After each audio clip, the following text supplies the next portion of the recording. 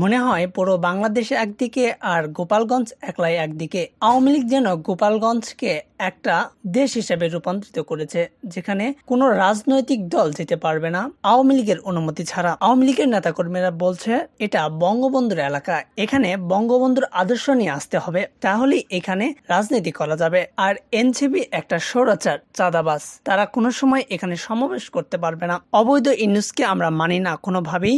অবৈধ ইউনূসের কোনো লোকজন, কোনো দলের যারা মুজিববাদকে বিশ্বাস করে না, তারা কোনোভাবেই গোপালগঞ্জে আসতে পারবে না, এমনটাই হুঁশিয়ারি করে দিয়েছে আওয়ামী লীগের নেতাকর্মীরা। ঠিক একইভাবে ছাত্রলীগের সভাপতি সাদ্দাম হোসেন বলেছে, যারা যেখানে আছে তাদের কাছে যা কিছুই আছে তারা যেন রাস্তায় নামে, গোপালগঞ্জে যেন কোনো রাজনৈতিক দল ঢুকতে পারে না। দর্শক, তাহলে কি গোপালগঞ্জ একদম অবরুদ্ধ করে রেখে দিল আওয়ামী লীগ? বিস্তারিত কমেন্টস বক্সে বলুন।